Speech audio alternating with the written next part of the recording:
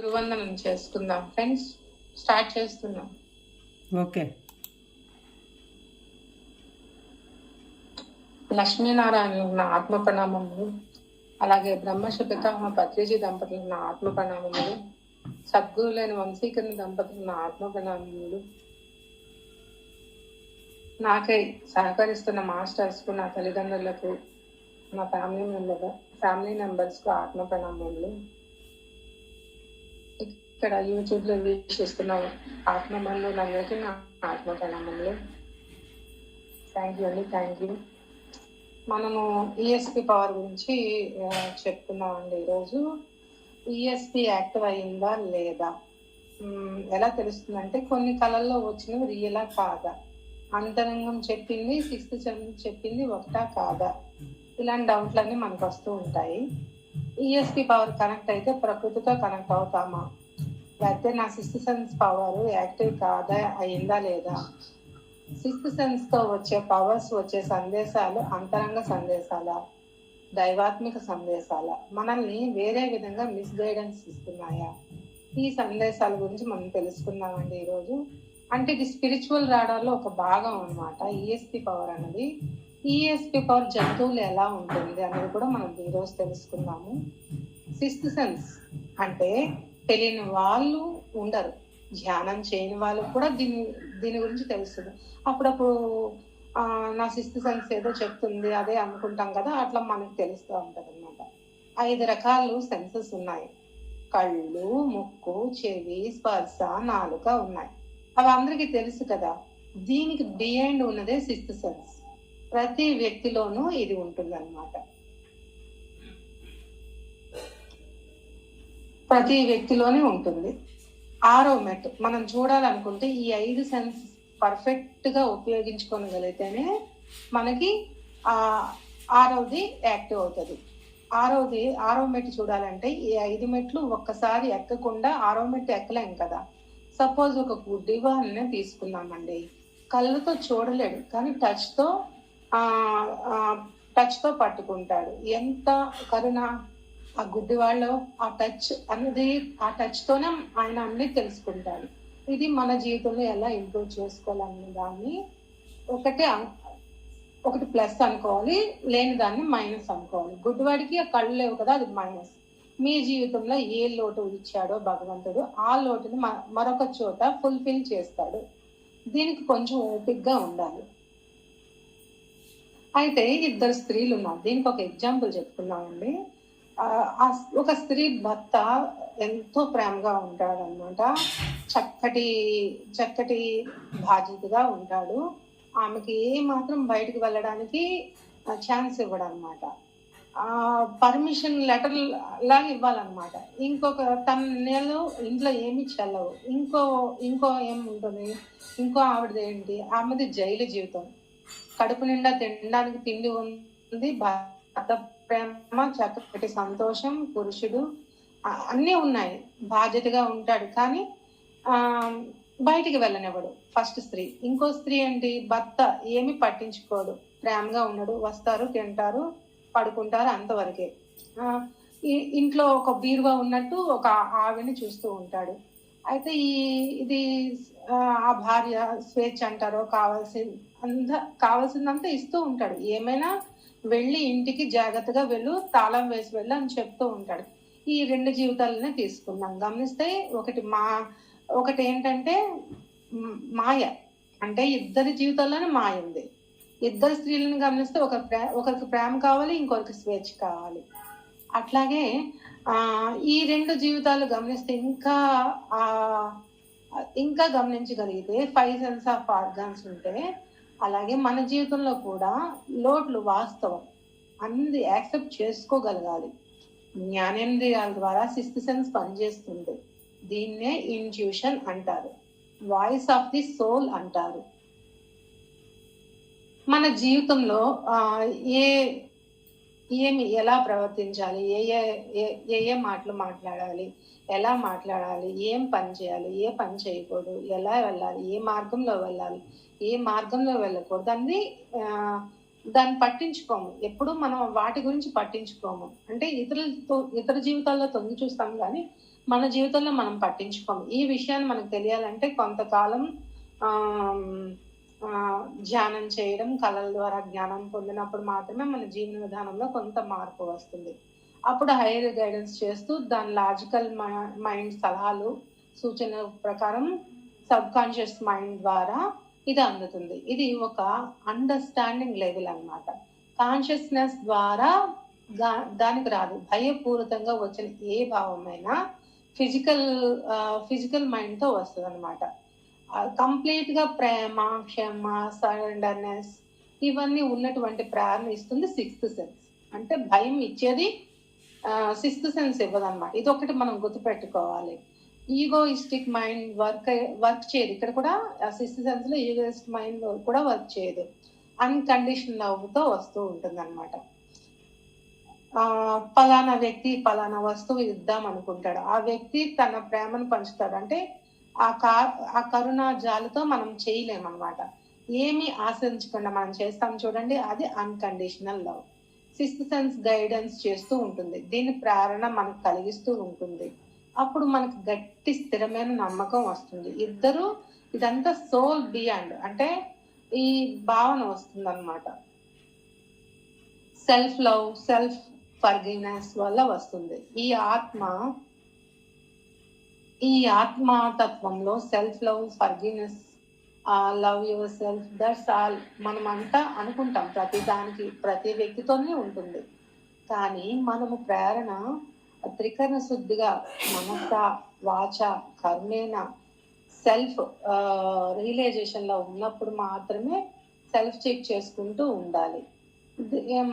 ఇప్పుడు మనం శారీరక, ఆర్థిక, మానసిక పరంగా గతంలో ఏమి చేశాము, భవిష్యత్తులో ఏమి చేయకూడదు, ఏమి చింతన చేయాలి, ఏమి చూడకూడదు అన్నవి తెలుసుకోవాలి, అవగాహన తెచ్చుకోవాలి. మన జీవితంలో అవి ఇంప్లిమెంట్ చేసుకోవాలి.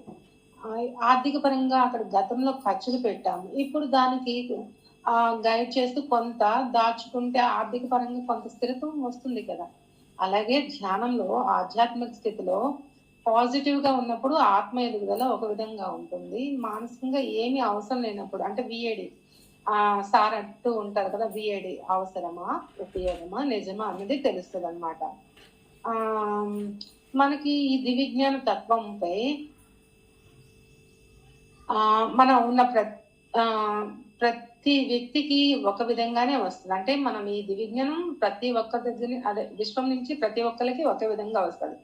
మనకి మాత్రం ప్యూరిటీ, క్లారిటీ ఉన్న నమ్మక వ్యవస్థ మీద ఆధారపడి ఉంటుంది. అంటే శుద్ధ చైతన్యం నుండి వస్తుంది ఈ సిక్స్త్ సెన్స్ అన్నది.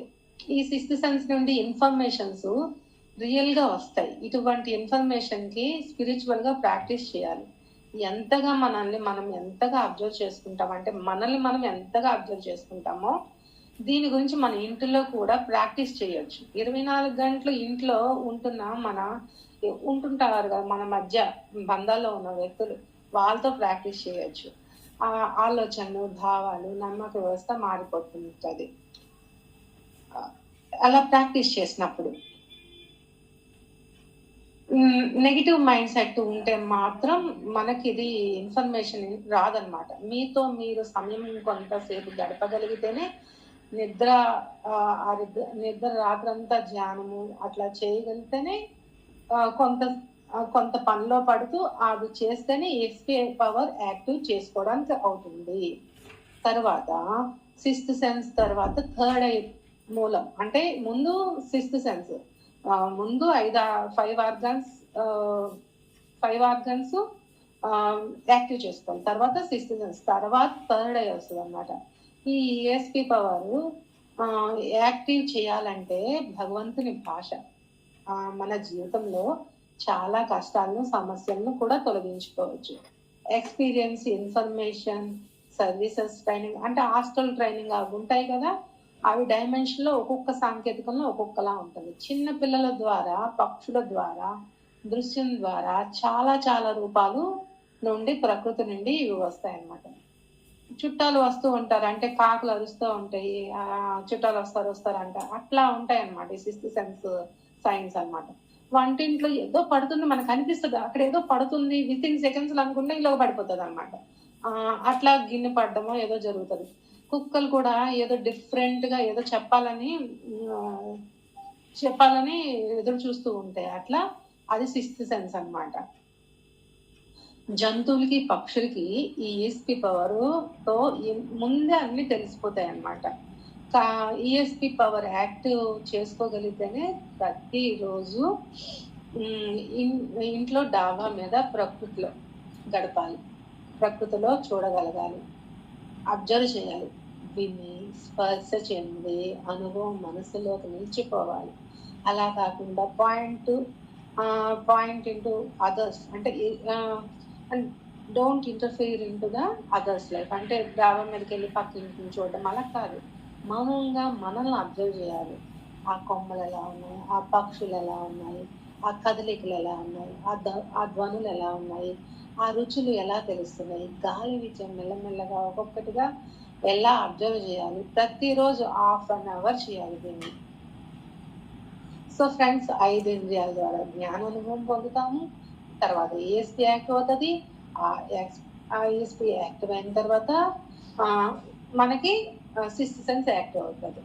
ఓల్డెన్ డేస్ లో తోక ఉండేది మనకి, అది ఇప్పుడు రాను అంతరించిపోయింది. అట్లాగే మనం యాక్టివ్ చేయకపోతే, మనం ఈ పవర్స్ ని యాక్టివ్ చేయకపోతే ఆ పవర్స్ కూడా యాక్టివ్ అవ్వకుండా ఉండిపోతాయి. పక్షుల్ని తీసుకోండి, ముందు 3 పక్షులు వెళ్తా ఉంటాయి. ఆ గాలి ఫ్లోకి మిగతా పక్షులు ముందుకు వెళ్తా ఉంటాయి. వెనక 2 పక్షులు గాలి ఫ్లోకి ముందుకి వెనక్కి వెళ్తూ ఉంటాయి అన్నమాట. మార్గ ప్రయాణం మనకి కష్టంగా మెసేజ్ లా వస్తుందన్నమాట. దీనికి మనం చేసే శక్తి ధ్యాన శక్తి వల్లే మనకి ఇది గ్రహించగలుగుతాము. ఇప్పుడు సపోజ్ మనకి ఈఎస్పి పవర్, సపోజ్ మన ఫోన్నే చూసుకుందాము, రోజు ఎక్కువసేపు గడుపుతాం అన్నమాట. అంటే రోజుకు 6 గంటలు దీన్ని చూస్తూ ఉంటాము. అట్లా చూడకూడదు, టెక్నాలజీని అంతగా చూడకూడదు. మనకి ఏది అవసరం అది చూడాలన్నమాట. వంశీ సార్ చెప్తూ ఉంటారు కదా,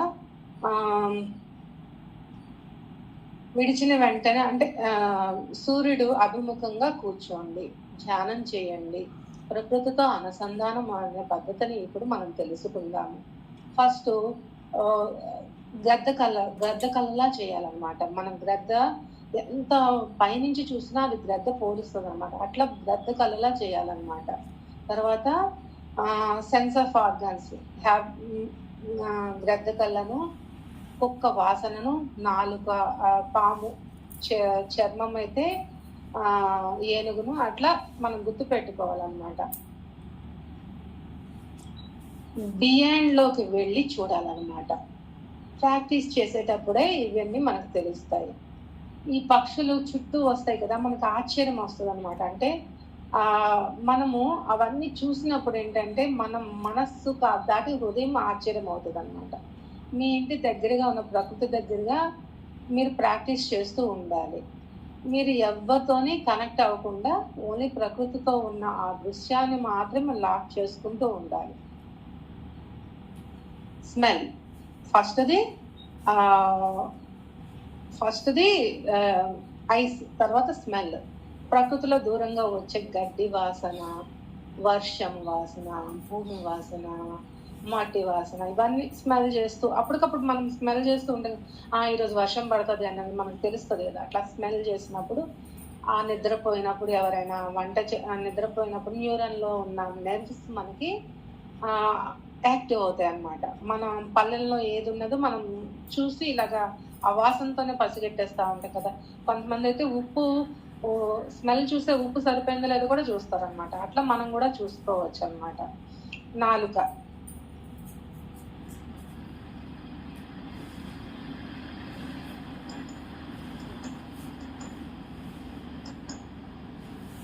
నాలుక ఉన్న రుచి మొగ్గలు ఏ జంతువుకి ఉండవు, ఏ ప్రాణికి లేవు.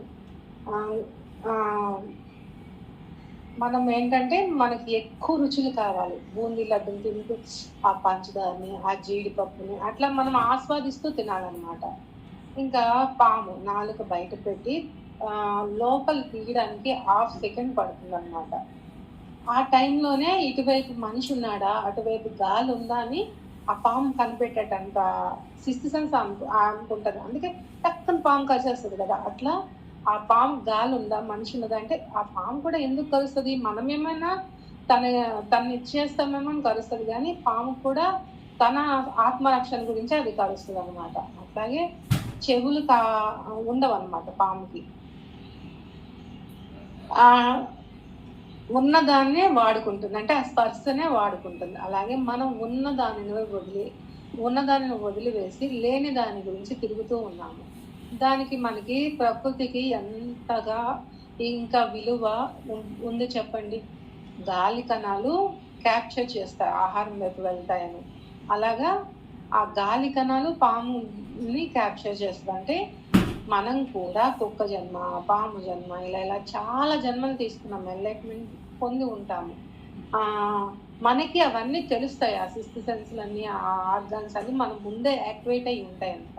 అవి మన చైతన్యంతో యాక్టివేట్ అయి ఉంటాయి అన్నమాట.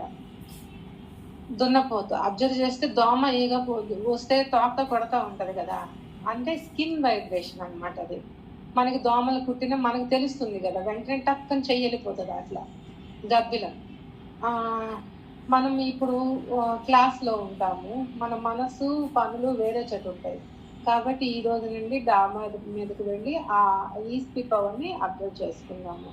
చెట్లని, మొక్కల్ని, పిల్లుల్ని, వస్తువులని స్పర్శిస్తూ, ఏదైనా తిన్నప్పుడు అన్నం స్పర్శిస్తూ, ఏదైనా చూసినప్పుడు ఆ పిల్లిని ఇలా స్పర్శిస్తూ, ఆ పెట్ట జంతువులను అంటే ఆ కుక్కల్ని కానీ ఆ వాటిని అలా స్పర్శిస్తూ ఉంటే మనకు తెలుస్తుంది అనమాట. దాని సెన్స్ ఆఫ్ ఆర్గాన్ ఎలా ఉంటుంది, మన సెన్స్ ఆఫ్ ఆర్గాన్ ఉంటుంది ఎలా ఉంటుంది. ఇది మనం రోజు ప్రాక్టీస్ చేస్తేనే మనకు వస్తుంది అనమాట. మనకు నచ్చిన వస్తువుని కూడా అలాగే స్పర్శిస్తూ ఉండాలి. కార్ని నడుపుతూ ఉంటూ ప్రేమగా బంగారు బయలుదేరంటే అదే మనకి ఏ ఇబ్బంది లేకుండా వెళ్తాము. అలాగే వంట చేసినప్పుడు కూడా ఆ స్మెల్ తిన్నప్పుడు ఆ రుచిని వస్తువులను తాకుతూ స్పర్శం చేస్తూ యాక్టివ్ చేస్తూ ఉండాలి. అంటే మన స్పర్శను యాక్టివ్ చేసుకోవాలంటే ఇది చేయాలి. ఇప్పుడు మన జీవితం చాలా యాంత్రికమైపోయింది. ఈఎస్పీ సెన్స్ ఆఫ్ పవర్ ఇవన్నీ చాలా శాస్త్రవేత్తలు పరిశోధనలు చేస్తున్నా మనకి ఏంటంటే యాక్టివేషన్ కొంచెం ఎక్కువ టైం తీసుకుంటాం అన్నమాట. చచ్చిపోయిన కోతులు మనం ఎప్పుడైనా చూసామా అండి? చంపబడ్డ యాక్సిడెంట్ చేయించిన కోతులు కూడా మనం ఎప్పుడు చూస్తున్నాం. అలాగే సహజంగా మరణించిన కోతులు కానీ పాముని కానీ కూడా మనం చూడము.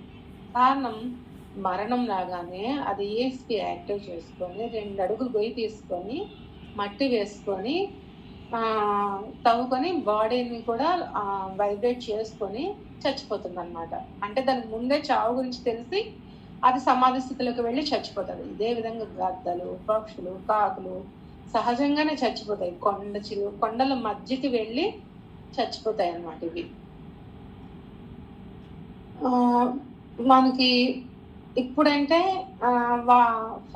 ఒకప్పుడు ఫోన్ లేదు, వాట్సాప్ లేదు, ఫేస్బుక్ లేదు, భర్త లేదు, అత్త లేరు అన్నట్టు వేరే అంటే యావిగేషన్స్ ఏమి లేవు. అంటే భర్త, అత్త, మామూలు అందరితోనే ఉన్నాం, సంబంధ బాంధవ్యాలతోనే ఉన్నాం.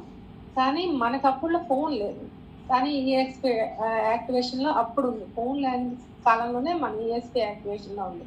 కానీ మనకి ఇప్పుడు ఏంటంటే అవన్నీ మనం వదలవద్దు. అంటే ఇప్పుడు మనం ఫోన్ను వదలవద్దు. ఫోన్కి ఇవ్వాల్సిన టైం ఫోన్ కావాల్సిన టైం ఇవ్వచ్చు, కానీ మనం ఈఎస్పీ యాక్టివ్ చేసుకోవడానికి ఏమి ఇవ్వాలో అది ఇవ్వాలన్నమాట. వర్షం వచ్చేటప్పుడు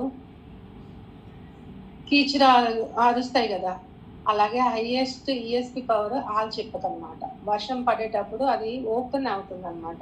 సముద్ర గర్భంలో ఉండి వర్షం పడేటప్పుడు పైకి వచ్చి ఎలా తెరుచుకుంటుందంటే ఫ్రెండ్స్. కానీ ముత్యాలు వాడడం కూడా హింసే, పట్టు పురుగులు అవి కూడా హింసే, లెదర్ బాక్స్ వాడడం కూడా హింసే.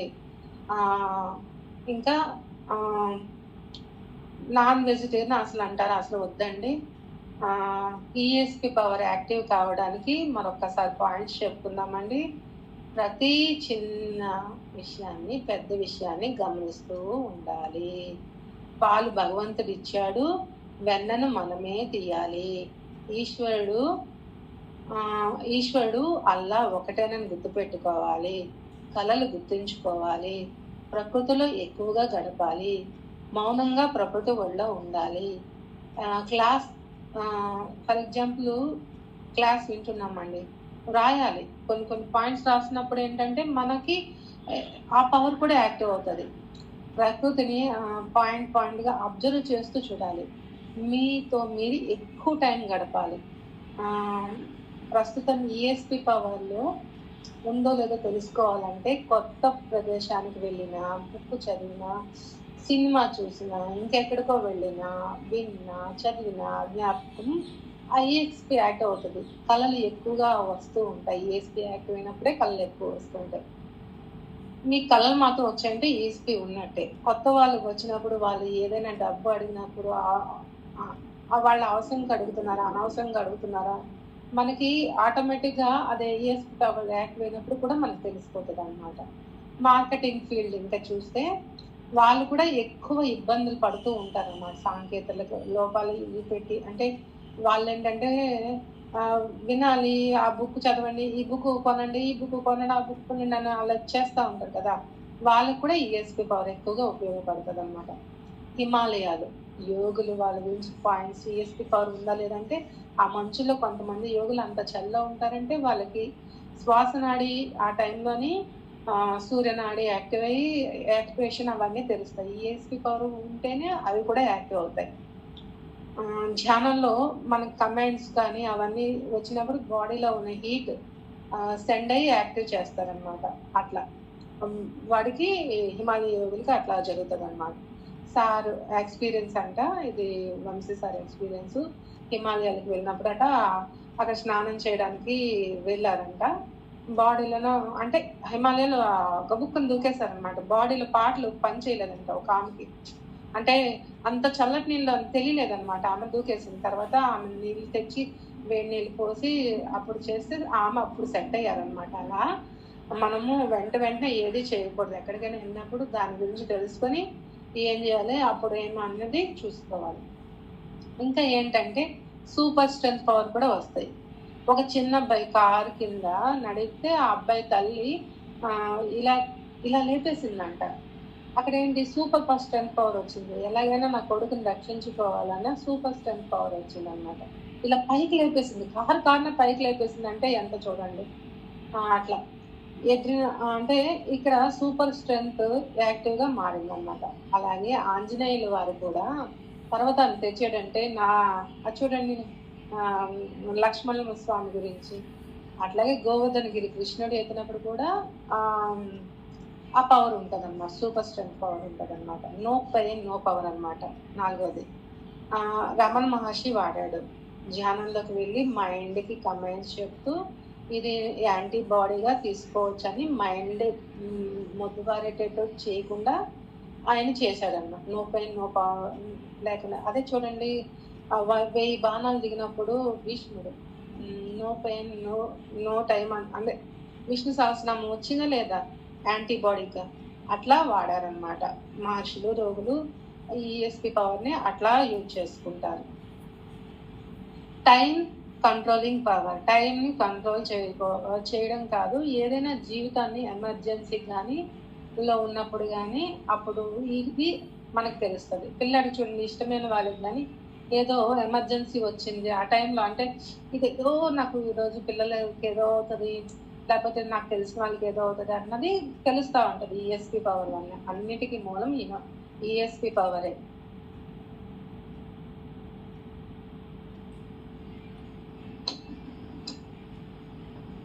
హిమాలయ యోగుల్లో కూడా చైతన్య పరచడానికి ఈఎస్పి పవర్నే ఈ 4 పాయింట్లలో ఉండాలన్నమాట. ఇంకా ఈఎస్పి పవర్ యాక్టివ్ అయితే మనం చచ్చిపోతామని తెలుస్తుంటే, లేదా అంటే చచ్చిపోవడం అనేది ఒక 6 నెలల ముందే తెలుస్తుంది. అట్లా తెలుస్తుంది అనమాట. ఎదుటి వ్యక్తి ఏం చేయడానికి వచ్చాడో అది కూడా కొంత ఋషులు ఈ విధంగా దివ్యశిక్షతో చూస్తూ ఉంటారు కదా. ఈఎస్పి పవర్ యాక్టివ్ అవ్వడం వల్లే వాళ్ళకి 3rd ఐ పవర్ వస్తుంది అనమాట. రాబోయే దానికి అంటే ఈ పవర్స్ యాక్టివ్ కావడానికి పెద్ద కష్టపడక్కర్లేదు మనం ఫ్రెండ్స్. ప్రకృతిలోకి వెళ్ళి ఒక ముక్కుసారి చెవు, ముక్కు, కళ్ళు, ముక్కు రుచి, ఒక్కొక్క దానికి ఒక్కొక్కటి 1 to 1, 1 to 2, 1 to 3, 1 to 4, 1 to 5 అట్లా ప్రతి దాని అనుసంధానమై మనం ఈఎస్పీ పవర్ని యాక్టివ్ చేసుకోవాలి. కళల ద్వారా కూడా దీన్ని పొందవచ్చు. 6th సెన్స్ కి థ్యాంక్స్ చెప్పాలి. 5 సెన్స్ ఆఫ్ ఆర్గన్స్ ని యాక్టివ్ చేస్తుంది. ఈ స్పిరిచువల్ రాడార్ ఏంటంటే టెక్నికల్ సెన్సింగ్, అంటే మనలో ఉన్న దీనికి సంబంధం ఉంటుంది. ఇది నెక్స్ట్ చెప్పుకుందాం ఫ్రెండ్స్. ఇంతటి అద్భుత అవకాశం ఇచ్చిన సద్గురు వైష్ణవి టీమ్ మెంబర్స్ కు నా ఆత్మ ప్రణామాలు, కృతజ్ఞతలు. థ్యాంక్ యూ అండి. Thank you so much.